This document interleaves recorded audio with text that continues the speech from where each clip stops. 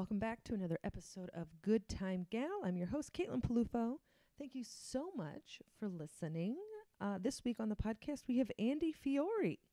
What a gem. He is so funny. He is a comic about town, all right? He's passed everywhere in New York City, Cellar, New York Comedy Club, anywhere. You want to go see comedy? Go to him. He's also on the airwaves. You've heard him on Sirius XM. And he's just so great. He's wonderful. You can find him online at Andy Fiori. And Fiori is how that's spelled. It took me a second, but I got it, you know. And Andy, A-N-D-Y, you know, he's a traditionalist, or at least his parents are. Who cares? Anyway, this episode was super fun. It was really exciting. Every time we got a new text message, we got a new drunk story. I think you're going to love it. But yeah, follow him on Instagram, Twitter, Andy Fiori. Follow me, Caitlin Peluffo. And then follow the podcast at Good Time Gal Pod on Instagram only. I ain't got time for Twitter with that one. And rate, review, subscribe, tell a friend. Reviews are pretty much the best thing you can do for a podcast you love. So get on there if you're having a good time listening to this podcast. Let the world know. And again, on November 12th, it's a Thursday, 9 p.m., we're doing the Good Time Gal Comedy Hour via Zoom. It's $5 for tickets. You buy them online. I'm going to start promoting pretty soon. You just buy them online, and then it's on your computer. You can just enjoy a quick little Good Time Gal Comedy Hour. It's just going to have past guests on the show. It's going to be fun. It's going to be a blast. And I hope you tune in, because hopefully it can help pay my rent. I'm unemployed. Anyway, thank you so much. Enjoy this podcast and enjoy Andy Fiori. Okay, so yeah, I do an intro after, so we're good to go. Yeah, I'll introduce you, Andy Fiori. There we go. We did it. Okay. Well, welcome. Thank you for doing this. Thanks for having me. I can't wait to see what rolls in from your text messages. Oh, it's going to be great. He just put out a blast to his friends. Yeah. What's your favorite Andy drunk story? And we're going to find out as it comes in real time. We are about to find out. This I'm a little thrilling. nervous. You're a little nervous? Yeah, because you know there are going to be some that you just don't remember, and then you go, oh, right. Yeah. That night. Yikes. Yeah, I wish I didn't remember that. Right. Yeah, I have a few of those. Yep, absolutely. Well, this is actually exciting because, like, we know each other, but we Yeah. don't know each other very, very well. You know Yeah, what that's I mean? true. We're like buds. Sure. I think we're going to take it to the next level. I think so, too. Within the Very hour, excited. we're really going to get. I don't want to put a time cap on it, all right? Let's just roll. We're just going to live our lives and just become bestest buds. We probably should be drinking during this, but, yes. you know. I have the shows. middle of the afternoon. Yes, Yeah, yes. exactly. I have shows tonight, and if I drink, I will be a flurry myth, and it is not going to be cute. So, but I have thought about it. I was like, ooh, who likes red wine? Yeah. Did you learn that one the hard way? Going on stage too drunk? Yes. Yeah, same Yeah. here. It's a tough one to learn, but you got to learn it. Did you learn it early or later? I've learned it a few times. Oh, yeah. Still learning it. Most recently, like this past weekend, I don't like to drink at all before I go on stage. Mm-hmm. And when I was younger, I used to think that I could do it, Mm-hmm. and then because you're just unaware Yeah. of how drunk you actually are. And about 6 or 7 years ago, me and Anthony DeVito and James Mattern went to watch football on a Sunday, afternoon, Mm-hmm. and we just started drinking like White Russians, like Lebowski style White Russians. And I mean, I was like, give me a double, and I must have repeated that 5 or 6 times, and I walked out of there, and I had Jamie Roberts's show at New York Comedy, the old New York Comedy Club that night, Mm-hmm. and I'm taking the train with James Mattern, and you feel like you're fine in your Mm-hmm. head. I'm going, this will be, and I got up there and was so drunk, and it was just like I couldn't remember anything, and it was just be me going like, so like. And then nothing. Yeah. There's no punchline. Oh, one's already starting to come in. Oh, what does it say? I like the one where you ran down James and his girl with your car on the sidewalk in New Orleans. Okay, please do tell. That sounds very dangerous, unless it's going to incriminate you, in which case. Actually a hilarious connection because this was one of Joe Biden's daughters. What? I swear to God. She went to, I believe, Tulane. She might not have actually gone there, but so this is like 2003. I had graduated college the previous year, and my friend James, that I went to high school with, went to Tulane in New Orleans, and nobody graduates on time. So because it's New Orleans. So his 5th year, he called me and my other best friend Steve Brown. He goes, "Hey, I have 2 rooms available in my house in New Orleans for like $115 a month. And if you guys, it's cheap living. If you guys want to come down here, I have it throughout the rest of the year, the school year." So I basically did another year of college where I worked as like a waiter. I worked in a deli, a valet. I delivered pizza. I did like any job until drinking and music got in the way, and then I just never showed up. Next, so during that time, he started seeing this girl, and I don't remember which Biden daughter it was, but it was the one that he was still like the governor of Delaware, or maybe a senator from Delaware at that time. I have no idea who Joe Biden is. I think he's doing something this But year. I remember my friend being like, "Yeah, that's like a senator's daughter I'm, hanging out with." And so one night I dropped them off at a party, and I had a few in me, but it's like open container down there. And also you're a moron at 22. Of course. And I'm a drunk asshole. So I had Brown in the car, and I go, "This will be funny." As they walked, like they got 50 yards ahead of us. And I just pulled my Ford Explorer onto the curb and gunned it and kind of chased them down to the point where James like looked back, was like, "What the fuck are you doing?" And they scattered. Like one went one way, the other went the other way. They dove into the bushes, and we all had a good laugh. Oh, did you? Yeah, I thought it was. So that's that story. Oh my God! Was she cool about it? Yeah, they were cool. You're college. You're like, "Oh, you crazy kids," Were you on the lawn? I was on the sidewalk. On the sidewalk. Yeah, like a sidewalk. It sounds weird, but I knew what I was doing. If that makes any sense.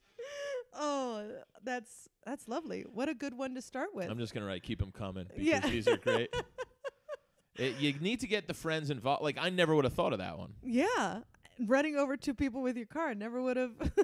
I didn't run them over, Caitlin, all right? I just kind of put the fear of God in them a little bit. Complete control. Yeah. Just rev that Ford engine. And a Ford Explorer is not a small car. That's a big car. No, yeah, 97 Ford Explorer. But isn't that a funny, like, it could be the potential, like, first daughter. I'll be like, "Yeah, I have a degree of Kevin Bacon from her."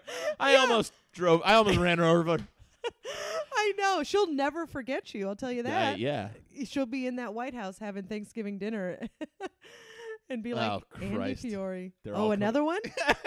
Oh God. I'm reading this in real time. Okay. So let's hear it. I don't know if this is the format usually, if this is okay. I like feel it. Like I'm taking Keep it coming. "I used to admire your stealth ability to lean your forehead on the bar top, stealthily barf, then get right back at it as if nothing happened." Not so much a story as a compliment. So you would be at a bar. Yeah. And you would just put your head. Well, like, sometimes if you do a shot and it just hits you the wrong way, you just go, "Ooh."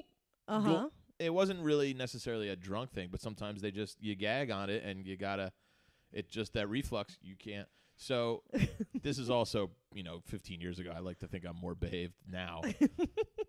But it would be that thing where, like, in a crowded bar, there's no way I was getting to the bathroom. Yeah. So I just kind of, like, lean forward and, kind of in front of the bar stool, kind of puke that shot up. And then just kind of, do that casual whistle walk away. Just going. And if you're really good, you can be like, "Hey, man, somebody barfed over there. I don't know. I think it was that guy. I saw him leave. But fucking animals in here, right?" Yeah. So that's gonna make me. That's incredible. No, I love that. Okay. That's very, because I can't do shots anymore because it'll hit me and then I'll be like, "Oh, I threw up in my mask." All right. Really? On a car ride home. I've said it before, but From drinking. From drinking. I was having That's a lot not of the worst tequila. I was in in the Uber on the way home, threw up in the mask so that I wouldn't get fined the $250, and I just kept it. Oh, in the wow. I mask. didn't know. Oh, wow. Yeah, you gotta figure it out. But doing it behind the bar stool, that's pretty good. Yeah. Yeah, I'm so ashamed right now. that I poor wouldn't have remembered. bartender or barback. Yeah. having to I clean got that up. I got fired from bartending for being too drunk behind the bar. Oh yeah, Yeah. you worked as a bartender. Uh-huh. That's how it always starts. Yeah. I mean, bartending because it's free, and then It's you're free. supposed to drink with the patrons. It was kind of encouraged. This was the East Village, like a kind of a rock and roll bar on St. Mark's. Mm-hmm. And this was, I was 25, 26, 27, so I was about that lifestyle. Yeah. And yeah, our bar owner was St. Mark's Ale House. Let's call it out. It's not even there anymore. Yeah. It was a great, fun time. And I was covering for the Sunday bartender. Like, it was a football Sunday. We had a bunch of TVs, so we had a decent crowd on Sundays. Uh-huh. And I was out late the night before. So I was coming off like 2 hours of sleep. Yeah. So I was probably still drunk. And so basically the only way I was going to make it through this shift, I got a Bloody Mary. But then like regulars started coming in, and then I had like a shot with somebody. And that's what did it, because I had no food in my stomach since God knows when, the day before. Uh-huh. And yeah, I just got instantly drunk, and it was all caught on camera. Oh no! Yeah. That's not. So what I you came want. into like my shift on Wednesday, and the manager and the owner were just already sitting in the office when like I was supposed to go down to count my drawer. Uh-huh. And they were like, "So Sunday," like the count was all off. My handwriting was, like Yeah. yes.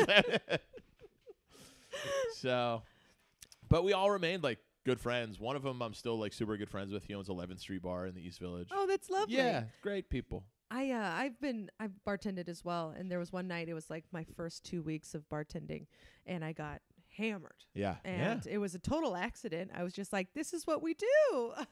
And I didn't know that you had to eat. I was just, I still don't. You gotta eat. It's so important. Had no anyway, got hammered. My manager, who was also one of my very good friends, Keith, he was like, just go home. Just go home. Oh. And I was like, no, I can do it. You're babying me. And he's like, get the fuck out of here, because I'm going to have to fire you if you don't leave right now. And I was like, okay. And then I left. And then he was like, that can't happen again. And I was like, thank you for not firing me. Yeah. I appreciate it. I got lucky. Yeah, that was my second warning. Yeah. When I got fired, I had already strike one on me. Yeah. And this wasn't the 3-strike count. No. Yeah, strike 2 and you're out. Yeah, that's fair. That's fair. fair. It was all my fault.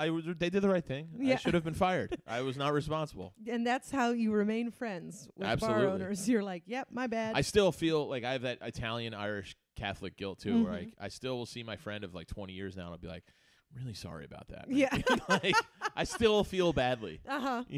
Yeah, but I mean, you got to learn. And that's why I drink to, Yeah, you got to cover up the guilt. It's just an endless cycle that's just going to keep going.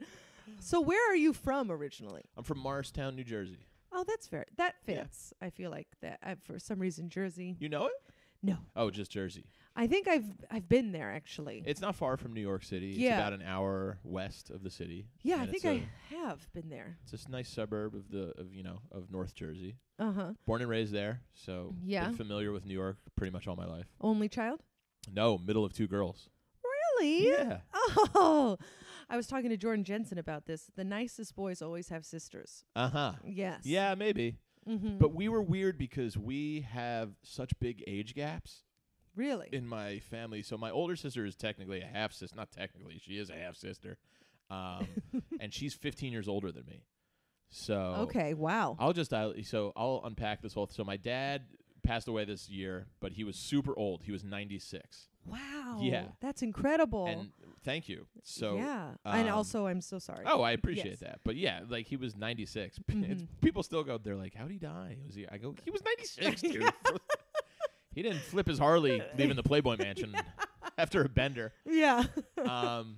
But so people always go, oh, well, that makes sense, your older sister. I go, no. My mom, who was 22 years younger than my dad, got knocked up when she was 19, and that's her kid. And, like, that guy took off. So we don't know him at all. Oh, okay. So that's my older half-sister. My dad is just a weirdo who got married at 49 and starting having children at 55. So I'm his first kid. Wow. Yeah. That's a bold age to start having kids. Yeah. But if you knew him, he was like just a physical miracle. I can't talk. And just really helped. Like he lived to 96. We were like, oh, yeah, he's going to live forever. Yeah. So he was a physical specimen. That's and great. then there's 7 years between me and my younger sister. Yeah. So my dad had a kid at 55 and then 63. And my mom had a kid in the 60s, 70s, and 80s. She had one a decade. Wow. Yeah, which is like, so we're a bizarrely aged family. Yeah. I thought mine was weird because my older sister is 8 years older than me and my younger sister's 5. No, my older sister's 5 years older than me. My younger sister's 8 years younger than me. So there's a 13-year gap. Yeah. But you got that covered with just the first one. I know. It's crazy. So, like, we all did kind of have only childhoods for a little while, but then also, lived with each other for a significant portion of time. But so I guess there's something to having sisters for a little bit. Yeah. Where they rub off on you.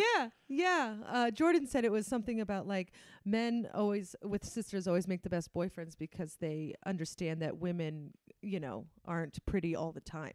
Right. They've already seen women go through an awkward Yeah.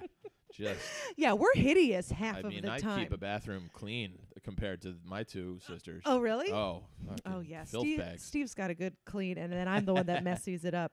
We got another one in there?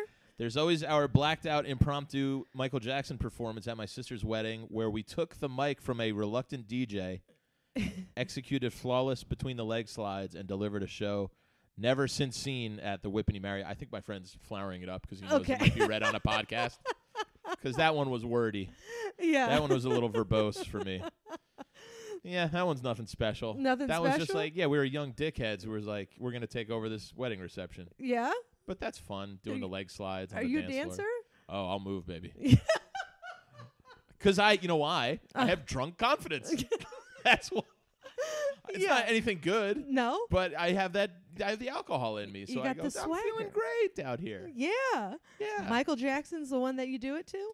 Anything. I'll rock out to anything. It doesn't matter. No. We used to, so when we were living in New Orleans and, my friends were all, I think, very, like, we all kind of love music. Everybody loves music, but we've played music and been in bands our whole lives. Mm-hmm. And one is like a professional musician. But we also, we go to live music a lot. And we used to do this thing called the Gauntlet, where we would kind of clear a little row and we'd all take turns like kind of going down the middle and doing our dance moves. And then, people, and then it was either people hated it or loved it because then strangers would either get involved or be like, you're fucking assholes. Or they'd get involved and take their turn going down the middle. Yeah. Yeah. I mean, it's the same with the circles. The circle inevitably happens, and you gotta. And if you're popping in, you're a good time. Yeah. We just made it straight instead of a circle. Yeah, because we're dudes. Yeah, they called it the Gauntlet. That's a manly gussy It up. is. I know. It's the Gauntlet. Okay, it's not a dance line. No vegetarians. We're not a chorus. Okay. Okay, so Morristown, New Jersey. Correct. Semi-only child. Very, very fun. Only child of 3. Only child of 3. I get that. I feel like my little sister's the only child. Yeah. Because I moved out when she was, I think, 8. Yeah. And so she was like, the rest of it, all you, Jess. So sorry. She's got her own apartment. Yeah, exactly. You got both the She's got an parents. easy bake oven in her little kid's apartment. Yeah, she's living in a studio. Oh, we have another one? I believe one of those stealth barfs was followed, but that means there's multiple. Oh, you're a dirty little barfer. Was followed by shattering the bar-filled. Oh God, I'm an asshole. I remember this now. I don't think this was actually me though. No, my friend Chris is remembering it wrong. My other friend James puked and did a shot and in like one of those rocks glass, not a shot glass. Oh yeah. Which is always too much to swallow. In one. You got to do it twice. Gulp. Mm-hmm. And he threw it up right into the glass again. Oh God. Which thinking about it is a pretty good move. Yeah, I mean, it's a good receptacle. Go anywhere, right back where it came from. And then he thought there was a garbage can that had like a mirror behind it, and he didn't realize it, and he like threw it and broke the mirror because he thought it was the garbage can. Oh God. It was a trash can in a mirror. So those were all with my friend Chris Morgan. Well, He said, "Call me Craig," but I'm calling him Chris Morgan. yeah. Too late, Chris Morgan. Well, that's fun. Now, are all these guys like childhood friends? Yeah, this is all New Jersey. We grew up together. We have a lengthy, like Chris and Steve Brown, who I met. We've went to kindergarten together. Oh, that's So sweet. yeah, we're all 40. So like we've literally known each other for 35 plus years. Damn, that's Yeah. good though. So we've got a lot of these stories. Did you guys start drinking in high school? Like, were you the cool kids in high school? Not really the cool kids. We had our own clique, but I didn't really like start drinking, just beer until junior year of high school. Mm-hmm. We were potheads Yeah. before alcohol. Yeah, I smoked pot when I was in like 8th grade for the first time. What? Yeah, tried it and then never really got high. But then freshman year of high school, like took to it. Yeah. So yeah, the first 2 years of high school, probably smoking all dope. Yeah. And then started drinking. And then like college, just you do college. Yeah. And You do. yeah. Where did you go to college? Villanova University. Villanova. That sounds so familiar. It's outside. Well, we've won 2 national basketball championships in Maybe that's 2016 and 2018. That's probably it. CP. Okay. Sorry. I'm not on the Big basketball program. college basketball circuit. No, in like a suburb of Philadelphia. Oh, okay. Yeah, beautiful campus. Yeah. And I actually just brought Sean Donnelly, another very funny comedian. Yeah. We were doing a show in the area, and I was like, I think we're near my school. And I made him like walk through my freshman dorm just like a month ago. I feel like he would love that. He was a little annoyed. He was like, you loved college, and you were showing me things that you thought I would recognize. I'm like, so there's a building over there, and that's where I used to go take economic, and over there I met Sally Weaver, and he was just like, I had no idea what you were talking about, but you were so excited, I couldn't stop you. He's a patient man. But I was at I hadn't been there in like a while, so, and it was a little off-putting. You could just walk in. We just drove on campus. Yeah, that is a little scary, And right? I just walked into Fedigan Hall, and nobody stopped me. Yeah. So yeah, that's a little strange. I was like, it would be real easy to bring a gun on here. You start jotting down notes. But yeah, Villanova University, 98 to 02. That's exciting. And I'm still super close friends with all my college friends. We have a really good clique, and I just did a whole weekend over Labor Day with them in Rhode Island. Oh, that's sweet. That was a marathon drinking as Yeah. well. Yeah, college changes the game because the It parents really are does. gone, and it's literally Freedom. there's still a little bit of like you'll get in trouble if you drink on campus, but other than that, it's done. Never happened once. Yeah. And we tested the limits. Really? Yeah, we never got in trouble for drinking. I mean, our RAs were cool, and I think they were just like, it's not worth busting people. Mm-hmm. Now, what was like your typical college drinking night? Like, what was your favorite thing to do as a group? So freshman and sophomore year, we basically drank in our dorm rooms, and that was, just hilarious to stuff people into a small, 8x10 room. I know, right? And one night we took a bathroom stall door off the hinges and used that as a beer pong table. Very intuitive. Yeah. And you would just drink as many Natty Lights as fast as you could. Natty Light, Milwaukee's Beast, the best. So pretty standard stuff like that. Yeah. And then junior year come around, you start turning 21. You'd start moving off campus in your own houses, and then like you'd start going to the local bars there. Yeah. And that was a whole new world. You'd meet girls and stuff, and yeah, it was all just the same shenanigans that happens on every college campus. Just that's when you start like really starting to drink shots and stuff. But yeah, it was mayhem. Yeah. There was this. Yeah, sorry to cut you off. Please. I just got a flash of senior week. We had this tradition. I don't know why, where you would just pour beer on somebody like you liked. It would be like a flirtation thing. Oh God. Yeah, and I remember like. But Caitlin, I remember like being at the bar for like 4 hours and being like, I'm bone dry. I'm all sad and lonely. I'm thinking about pouring a beer on myself. Just like somebody likes me. Yeah. Ooh, who's a hot ticket? Because it was just like solo cups. You just douse somebody, and I don't know. I don't know why that was a thing, but That sounds awful. Yeah, I it was terrible. would be so mad. But you're so drunk and you're just like, this is the last week we're going to be here. It's kind of was fun in a weird way, but I just picture some some unrequited love story, and a man builds up all of his courage, and he walks over and he goes, "Hi, Tina," and he just shoves a beer in her face. Exactly. I've always loved you, Tina. Joosh.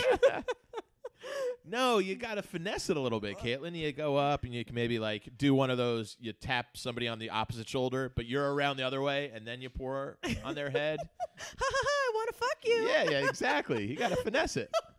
Oh, I would be so mad. I know. Well, it was kind of, you knew not to wear your Sunday best. Yeah. You know. No, you wear a trash bag. Yeah, over exactly. yourself. Exactly. Oh, a poncho. If you're a size 2, wear a poncho. You know what I mean? Did all your friends get wet? I think so. Oh. Everybody eventually walked out of there soaking wet with fucking stale beer. Even you? Yeah, I think eventually somebody doused me. I can't remember who, but I remember it taking a while and feeling very self-conscious about that. No. Well, now you'd get doused immediately. Oh, stop it. Yeah. I got a haircut this week and I'm insecure about it. No, you look great. Thank the you. guns are out. You look like you've lost weight. You I look did lose fantastic. a little bit of weight. You're killing it. Okay. Thank you. If you want, I can throw hot wax on you right now from the scandal. Let's Ricky Martin this shit. I thought I was flirting. Yeah. I'm telling you, you're pretty. You're like, well, now I can't see, so that's great. Oh, boy. So what did you study in college? I studied communications. I studied film and media. That was my major. Oh, nice. And that was only because I got to a point sophomore year where my counselor was like, if you don't choose a major now, you're not going to graduate on time. Yeah. And so that just kind of seemed like something I love movies and I loved kind of that world. So that was the closest thing toward what I wanted to do. And it worked out because, I work for Sirius XM and programming and I host a show there. Mm-hmm. And I did take some radio class. So I kind of did learn some stuff that came in handy later. You're using your degree. Yeah. Well, here comes another one. Another one? All right. Unless you have more questions. No, please. Right. I love this. This might be the new format of the podcast. This is from Pinto, who the aforementioned first daughter dater. Oh, okay, first daughter dater. One time I came home at Grand Street and you were passed out in the doorway. Your lower body in one room, upper body in another. I had to Carl Lewis running long jump over you lengthwise to get into the living room to watch TV. That's not a bad one, but that's just like wherever you're at. Yeah. Just pass out. I feel bad. I lived with Pinto probably for my most blackiest, outiest years. Yeah. He took a lot of the brunt of that. What years were those? That was when I was bartending, so that would be, we lived in Williamsburg from like 2006 to 2009. Okay. Yeah. Yeah. Other than that, I don't remember anything. Yeah. So what brought you to New York then? It sounds lame, but like that, where I'm from in North Jersey, it's kind of like that's where you make the move to when you move out of your parents' house. You know what I mean? That makes sense. And also, I was starting stand-up at the time. Oh, okay. So, like I had moved home from New Orleans, and I was working in my friend's deli in Morristown, which I still think is the best job I've ever had in my life. I loved it. And I got an internship with this PR company, and then they eventually hired me full-time, and I hated it. But it afforded me the opportunity to move into the city with my other friend Jacques, who brought up the stealth barfs. Yeah. And so we lived on 5th Street and 2nd Avenue, right around Cabin, if you remember that show. Yeah. This is very inside baseball now, but in New York, it used to be a great independently produced show on 2nd Ave, right at 5th Street. When we moved in, it was actually still called Black Star Bar. We moved in like 2003. Uh-huh. And if you still go by, there's still a sign that has a Black Star and bar under it. Still up there. Yeah. Yeah, it's Black Star Bar. That was it before it was Cabin. Rest in peace. Yeah. But so just the heart of the East Village, the heart of mayhem. Mm-hmm. Like there was this bar called Lit across the street, which was just a cavernous just dwelling of, people were openly smoking cigarettes, drugs on the bar. Mm-hmm. I had the same jacket stolen twice there. So we were just in this, 23, 24-year-old world of like we just moved to New York and we are just taking the town by storm. Yeah. So we had that. So just a lot of drinking and like a lot of, you wake up and you start cracking a beer. Yeah. And my buddy Pinto one time took my Brita filter and just made Bloody Mary mix out using the pitcher, but like left the strainer compartment in. And it was like, well, the Brita's done for forever. Yeah. Like, what did it filter out? All of the goodness. no, it didn't. He wasn't using the filter at all, but he left that main part in where it was like, this is not just morons. Well, I appreciate the ingenuity, the charisma to have Bloody Marys. So to answer your I started doing stand-up in college in 2001, in October of 2001, a month after 9/11. God. Yeah, I thought the world needed my humor, Caitlin. I think that's very true. And you know what? It did. Okay, we're better for it. No, it was just happened to be the time where I just started to go to this open mic at the Comedy Cabaret in Northeast Philly. And so you're Philly based. That's great. Well, for the very first few open mics. Yeah.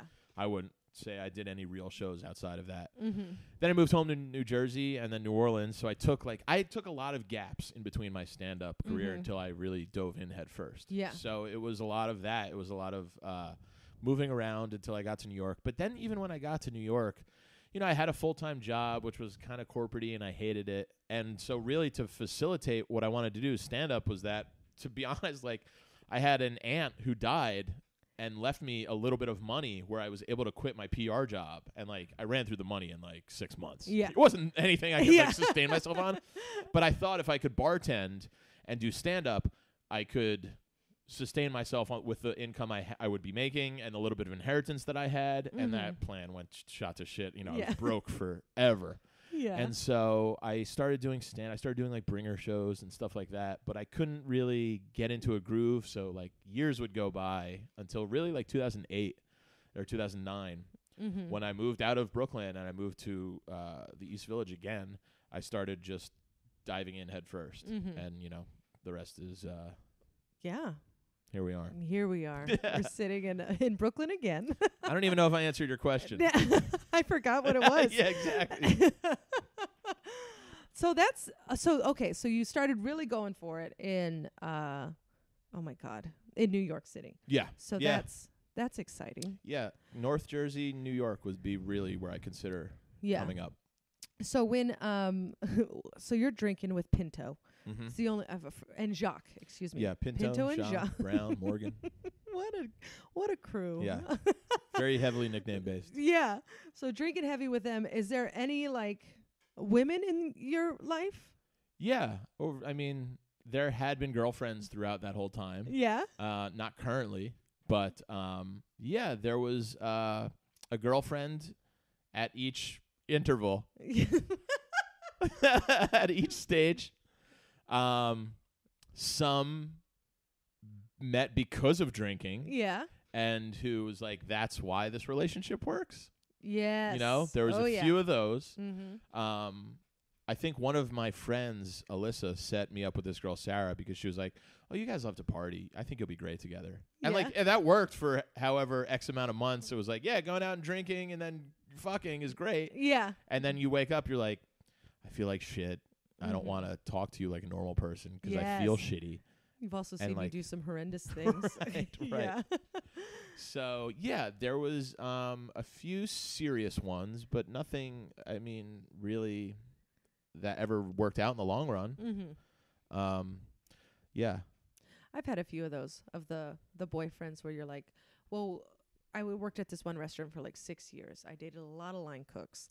And it was all because at the end of the night I would bartend and they would be barflies and we would just have a bunch of shots. We would get wasted together, go to the next bar, get wasted again, and then we would make out in an alley somewhere. And it would be like, well, this is love, right? Of and course. then you try and make that work, and then you wake up one morning and realize one of them doesn't speak English, and you're like, where am I?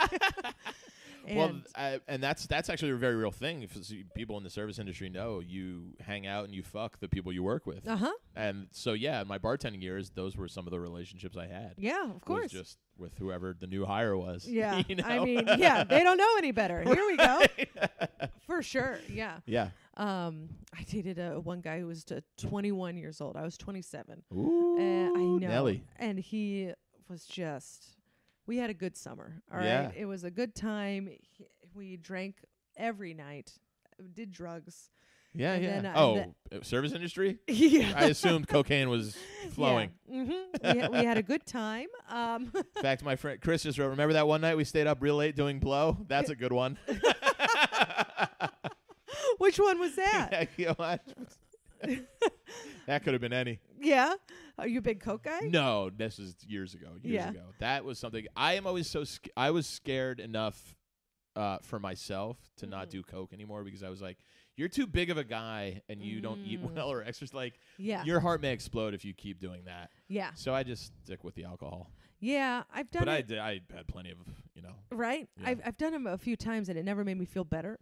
Oh, yeah. I mean, it makes your hangover 8 billion times worse. Yeah. But yeah, it's just because then you can keep drinking more, Yeah. It's great. I mean, I loved it when I did it. But you had the foresight to be like, this could be like traumatic. This is a bad road if we keep this up. Because I could easily see myself, just because they add to each other so perfectly. They complement each other so well. You're like, now I can drink forever. Yeah. And like we had a few of those times where it was like 2 p.m. the next day. And you're like, let's just go get a beer. And the cycle starts over. Yeah. You're like, this is not going to be, No, I feel like I go through cycles. It's like 2 weeks of like, we're having fun. And then a week of like, never again. And then we're right back again. Yeah.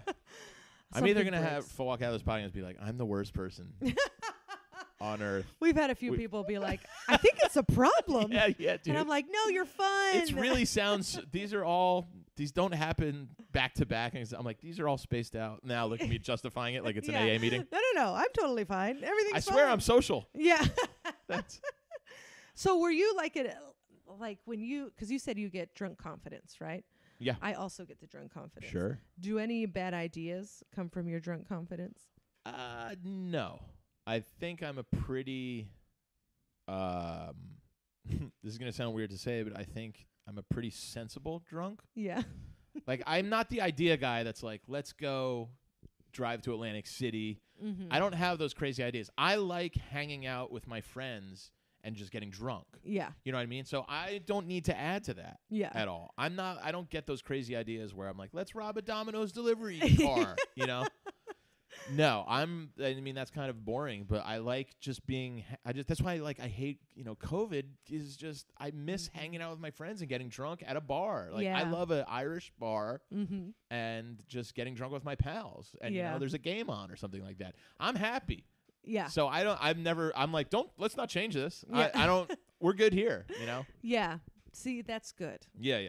I when I was younger, I would have the good, the quote unquote good ideas. There's always one. Yeah. I remember one time I was standing on the roof of my friend's house, Maddie Smith. If you know, I was standing on the roof of her apartment in Red Hook, and across the way there were a bunch of school buses. And I was hammered, and I'm looking at these school buses, and I was like, I'm picking up what you're laying down here. I can jump and make it on top of those school buses. Who are you, Fonzie? I was like, I can do it. I can for sure do that. How high up are we? Second story. Here's the drunk guy. I'm like, it's doable. I know. It's sensible, right? And I was like, I think I can do it. And then the only thing that stopped me was like, someone was like, yeah, you could do it, but how are you going to get back? Oh, and I was thinking, Lincoln. You're not wrong. I'm pretty sure that was Matt Marin who does Fight Club. So when the that's Fight Club where guy, I was. He doesn't wear sleeves. It was December. Like, oh boy. So yeah, I got lucky. Do you see another good one in there? No, nothing yet. Yeah. Some people, I guess, are still at work. Do you remember any? I hadn't even had a chance to think of any because these have been so entertaining. But I mean, let's see. Maybe there was one. I remember. The ones that stick out to me are like bad ones because that's okay. We can do. We'll sandwich it. I'll give you a combo of you asked about the ladies and the drinking. Mm-hmm. So I was living in with Pinto in Brooklyn. Okay. And I was filling in for a few hours for my buddy bartending. So it was like, can you open and then I'll relieve you at like 3. I have to go take care of something, whatever. Mm-hmm. And he came and relieved me, and so I ended up, having a few drinks afterwards. And I met this girl who was also day drinking, and she was on her way to D.C. to visit family. She was going to take, like, I don't know if you remember the Funghua bus. Yes. Like the D.C., Absolutely. D.C. and Boston. Mm-hmm. So we ended up, like, hitting it off, and she was like, I just wish I could stay and hang out with you. And I'm like, hang out! So she canceled, we ended up drinking all night and, like, going home to my house. And that relationship lasted for, like, 2 more months of us getting really fucked up. And, like, she was shot for shot with me. I'm 6'3", 250, so, like, I can hold a bunch of shots pretty well. And not to be anti-feminist or anything, but, like, if you're a smaller woman, the amount of just the body mass is going to be different. And she was there shot for shot. Mm-hmm. So one night, we got in a fight, of course, and I couldn't find her apartment. And this is bad. This is actually criminal. I was so drunk that I elbowed in a pane of glass on what I thought was her apartment door. Yeah. And couldn't find my way in. Yeah. Drunkenly passed out on the stoop. She lived in, like, Chelsea. And this is, like, 14 years ago. I passed out, like, on the stoop. I woke up. The cops woke me up. I had, like, a line, like a really thin line cut, like, going up my upper arm from where I elbowed the glass. But I had managed to somehow make it down, like, 2 stoops over. And the cops woke me up. They're like, hey, buddy, you all right? White privilege here. They go, you can't sleep here, man. And I think at that point I was sober enough to be like, I'm sorry, man. By the grace of God, a cab pulled up, and I hailed it, and I got in. And I was just like, can you take me home to Grand Street? And, yeah, I was able to, like, just get out of there. But that was that was, like, the worst thing I've heard. I feel like I see your face right now, and you're like, oh, maybe I shouldn't have said that. Yeah, that was really horrible. But I mean, and was that the last time you saw her or talked to her? I think so. Yeah. Yeah. What is she doing now? I'm trying hard to even remember her name. Oh, and I know that sounds terrible. Jane? Oh, Jane? She was a photographer. I think she was, like, a rich girl who, like, just lived off her parents' money. Because there was no reason. She always had her days free. Really? Oh, what was her name? She was older than me, too. She was, like, I was, like, 27, and she was, like, 32. Yeah? Yeah. Oh, that's spicy. God, I am a piece of shit, aren't I? No, you're not a piece of shit. We all go through these phases. Yeah, that's why I don't have any recent ones where I was like, that was really bad. It's just like, oh, I'm pretty drunk. I'm having a great time. Yeah. I think I've curbed that behavior of, like, destruction. And like I said, I guess after so many years, you're just like, just relax and have some drinks. Like, I still like to get drunk, but, I keep it purely to, like, the weekends now. Yeah. Oh, well, that's good. One night, I mean, I rarely drink during the week. I really am justifying this, aren't I? I only drink on Fridays and Saturdays. I can hear the words Sundays. coming out of my mouth. And going, you have a problem, buddy. This is not an intervention, all right? We're just 2 people having a good time. Yes, exactly. Okay. I've had plenty of those. Yeah. So you broke the pane of glass. Did they ever come after you for the pane of glass? No. It was like a 8x8 like square. You know what I mean? Like like a little panel. Yeah. I made it sound worse than it was. Yeah. So I don't know what my plan after that was. I think that's what it was. I gave up because I was like, you can't get in. Yeah. What do you get? It was like the top left one. I'm like, break the bottom one so you can She'll know I was here. Only a big man can hit that one. Right, like calling card. Yeah. Oh, God. So sometimes you would drink, and was drinking ever the detriment to a relationship?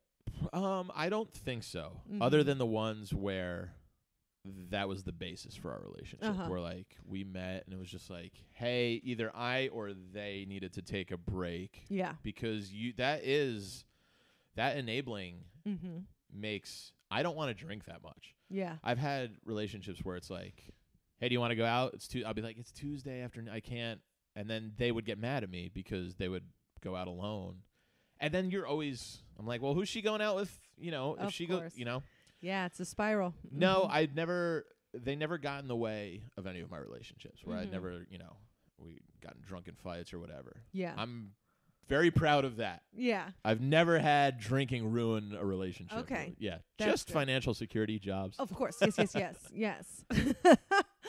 I've had a few drinking where it's half and half. Like, 'cause I drink and then I think I'm having a good time and then the lights go out. And Right. then I'm just like, but like when the lights go out for me, it is, I ask about like your mother and how's everything going. And then you don't know until I'm passed out. And then they're like, this isn't, you can't be a mother. You know what I mean? Yeah. So then that's the end of that one. Right. You recently are single. Yeah. I had a COVID relationship. That's exciting. Yeah. I met someone in doing a stand-up show in the park, in Central Park. Are you serious? Yeah. Love comes from that shit? Yeah. Yeah. Tell me all about it. I don't. Oh, be frivolous. Siri, Fitbit. live your life. That's so weird. Yes. What a weird comment also for that conversation. Yes, I'm not allowed to be frivolous. Who knows? What Be frivolous. That's live how your life, Siri. Yeah, I don't really want to name names or anything. Of course not. But Feel no pressure. So that one of the I'll tell you after. All right, Siri. Butt out, Budinsky. I'll tell you. I'll talk over. Yeah, please tell me. So I was at a Central Park show, Okay. and it was one of the young ladies helped run it for just to bring in some extra cash. And I had driven to it, and there was a threat of rain, and I had gotten there early. And I was talking to the guy who was managing the show, and whatever came up that she had no juice left in her phone, no battery. And I go, hey, I'm parked right over here. I had no intention of, Yeah. So I was just like, I'm parked right over here. If you want to charge my phone in my car, we can turn it. It was hot. It was during the summer, and it was like almost going to rain. So I was like, yeah, we can sit. We'll turn the AC on, charge your phone. It was great. She was like, cool. And we just like hit it off immediately. Like the laughs came coming. I was making her laugh really easily. Aww. And so the show happens, and afterwards she's bringing all the stuff back. She's having like that hard time kind of course, pulling yeah. a cooler and the signs, and it's like a comedy of errors. Yeah. And so I go, hey, I got my car. Where do you live? She's like, I live right around here. And so I go, let me drop you off. And at that point, I was like, I'm gonna ask her out. Oh. I dropped her off, asked her out. I waited a few days, texted her, and then she didn't text me back. She texted me back like a day after. She was like, I'm working on this thing. I'm kind of swamped right now, but can I call you when it's done? And I was like, sure, whatever. Didn't think about it. And then like a month went by. Randomly on a Saturday, she like hit me up and was like, hey, I'm actually in Astoria. If it's cool and you want to hang out, you want to grab a drink or whatever. And so that was it. And then we dated for like a month and change. And I think it was a little COVID love because we hit it fast and furious and then really started to hang out more and be like, I'm kind of sick of you. Yeah. Yeah. From 0 to 100. And then it's like, oh, we're 40 people. You know what I mean? Yeah. But it can happen. The COVID romance can happen. That's exciting. Yeah. We left on like kind of fine mutual terms. It was like, yeah, it's all right. We're not. Yeah. We tried. Yeah, you give it a good college or COVID try. Now, how were you with COVID? Because, like, for me, I went half and half. I was drinking every day, and then halfway through, I stopped completely. Interesting. Yeah, I'm all over the map. What was your experience? I've gone kind of all over the map as well. In the beginning, I live alone, and that was really scary in the beginning because we didn't know what we were dealing with, and I was like not leaving the house, and so I was using my rule. I was like, well, I'm gonna only drink on Friday, so I would do that, and then I would pack in a good amount, But that also feels so bad because you're like, oh, I'm just alone. But we and my college friends got in a good groove of like every Friday we would have a big Zoom hang and kind of drink together. So it felt a little normal, you know what I mean? And then, I just I didn't drink for a while because it seemed like an easy thing not to do during lockdown, that there was like curfew for a while. And but then as things start to loosen up, I went down like the beach for a little for my buddy's 40th birthday and got shit-faced there. And then it's kind of been, I don't know, just kind of normal. Now that there's like some indoor dinings and like outside seating, I'll still go to like my old haunts now, and we'll just see where the night takes me. I don't have any set plans, but if I go home to my mom's house, like I take all the necessary precautions, and I usually don't drink out there. Actually, I really hardly ever do, just because it's me and her, and like that would be weird. I think, because she doesn't drink hardly ever. Yeah, and I would just feel like a total shitbag. Yeah. So yeah, if I'm home, if I'm at my parents' house for an extended period of time, I'll hardly ever. Unless I'm like going to see friends who live in my hometown and have a few beers. But yeah, if I'm there, I won't drink at all. And it's like, that's fine. Yeah. It's funny though, after like 2.5 weeks of that, you're like, I feel great. I have all this energy. Yeah. I'm thrilled. I'm losing weight. I'm really just you're poisoning yourself. Yeah. It's pretty much, that's what it is. So it sounds like you're truly a social drinker. Yeah. I love it. I don't drink at home. I've never been one of those guys who gets home after work or from comedy and has a drink alone. It's really, I just like I'm a weekend warrior. Yeah. I like seeing people and having some drinks and some cocktails and getting a little loose and just hanging out. What's your favorite cocktail? I'm a beer and whiskey man. Yeah. Cocktail, I don't know. I've drink probably like anything vodka based. Really? Yeah. Oh. Just give me a little vodka drink. I imagine you like fruity and fun, No, I like margarita. I mean, who doesn't? Yeah. They're a delight. Well, but pina colada, I'm not a big coconut guy. Well, no. Yeah, coconut. I'm allergic to pineapple, so I have a sip of that. Yeah, I don't like pineapple. I don't like that flavor. Really? Give me a vodka 7. Vodka 7 Up. That's nice. Look at you. Vodka Sprite, vodka Coke. I have vodka Gatorade. I was doing that over Labor Day. Oh, God. I know. That sounds awful. No, vodka fruit punch Gatorade. Delicious. Oh, my Electrolytes and vodka. God, my sister told me she would drink tequila and Capri Sun. And I was like, that means you shouldn't be drinking. I feel like. Yeah. So here's a combo. Michael Somerville, hilarious comic, invited me and Jason Salmon over to his house for one of the Stanley Cup final hockey games. We're all big hockey fans, and Dallas was in it, where Jason's from, and so he was excited. And so I was having vodka and lemonade at Michael's, and the lemonade ran out, and I was making another one. He goes, "Oh, dude, mix it with this." He tosses me a White Claw black cherry on top of vodka, and I was like, "Are you sure?" He goes, "Trust me," and it was delicious. But that's just booze on booze. Yeah. I mean, that'll it's kill sugary. Yeah. Yeah. I did that one time at my friend's house where I didn't even realize I was making vodka iced teas with vodka and twisted tea. Oh, no. Yeah, and I was dead the next day. Yeah.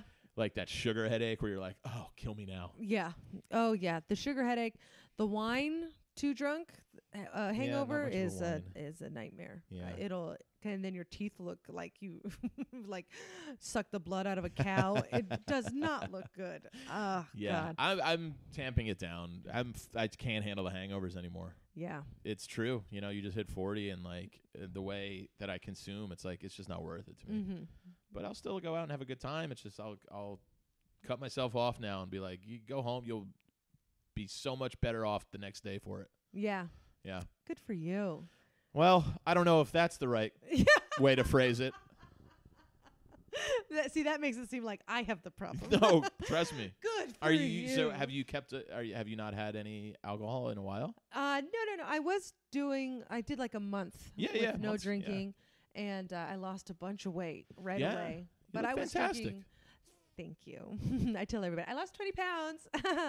Anyway, you want to hear something crazy after you say this? No, please. I was going to say I've lost weight drinking before because of like a couple benders where it's just like you wake up and I haven't eaten anything in like 36 hours.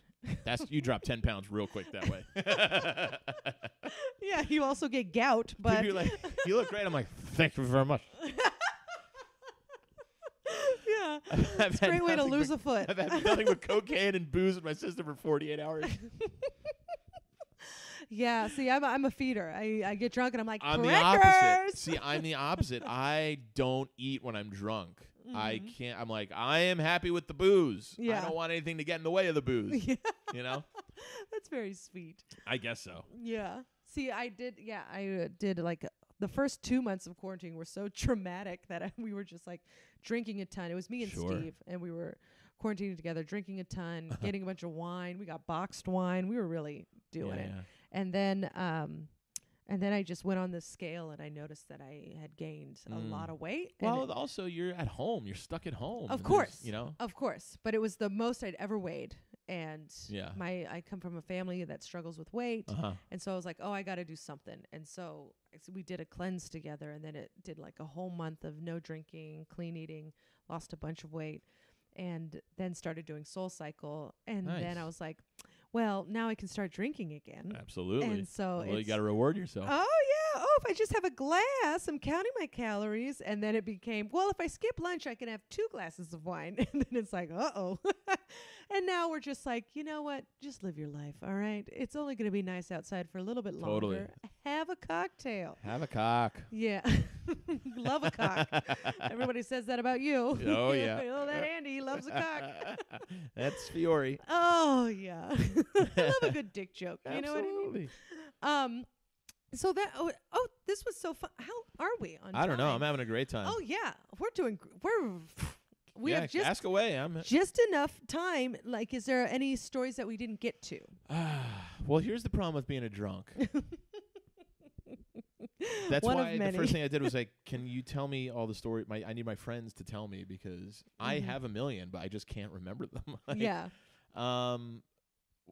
Now the pressure's on. I'm trying to think of a big closer. There's no pressure. I literally just asked that. One time I asked Anthony DeVito. We had a nice hour, and then I was like, is there anything we missed? And he goes, well, I got drunk with Dennis Quaid. And I was like, yeah, tell that story, you know? Yeah, we've missed a ton. It's been a glorious career of drinking. No, I don't know. I wish I could have a better memory for this kind of stuff. I know as soon as I walk out of here, I'll think of 10 things. Yeah.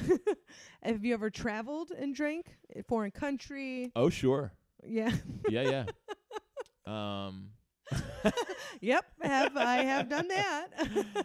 Well, you know, that's more, I think, day drinking and casual drinking is more accepted in Europe and stuff than it is here. Yeah. You know, they seem to have, you know, I've been through, I traveled in Germany for a little bit, and, you know, you wake up in the morning, have breakfast, and then take a walk, and they go, well, let's get a beer now, you know?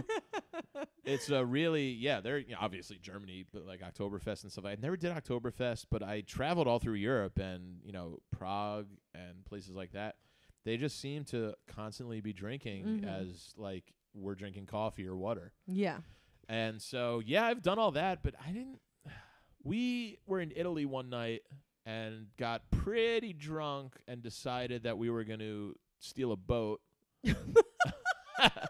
Not like a gondola, but like a canoe that we just and we got about 50 yards out and went, we're in the Mediterranean Sea. Oh, like, this is a bad idea. I know where we thought we were going.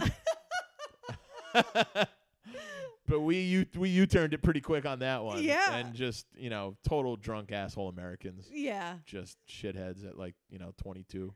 Well, I'm sure whoever owned the boat was grateful. I remember like putting it back, like docking it and just being like, because it was one of those things that was like just tied up. Yeah. I think it was a boat meant to take people to a bigger boat. Does that make sense? Yes. Like it was just, hey, we're going to take. Dinghy. Yeah. Kind of like that. So it wasn't really tied up or anything. So we were like, let's traverse to Spain on this.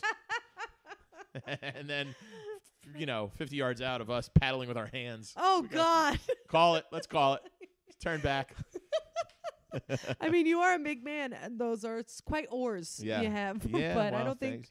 they'll we do stole the a trick. Christmas tree from in college one time. We thought it'd be good to get a real life Christmas tree. Did you steal it from a family or Not from a Did you Have Grinch you ever seen The that Strangers? It's based on us.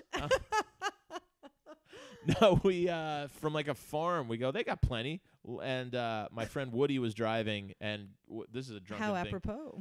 He was, yeah, right. I never put those two together. He was driving, and he forgot that he had his fake ID in his wallet.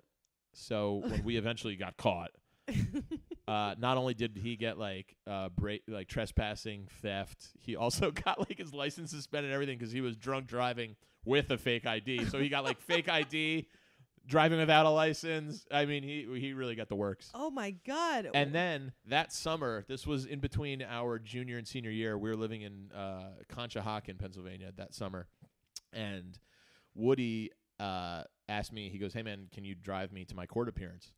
And I said, "Yeah, sure." And we're sitting here. I was like, "Well, do you want to smoke a bowl beforehand?" I was like, "Yeah, of course."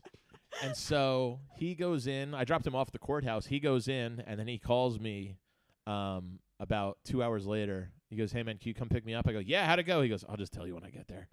I went, "Oh, shit."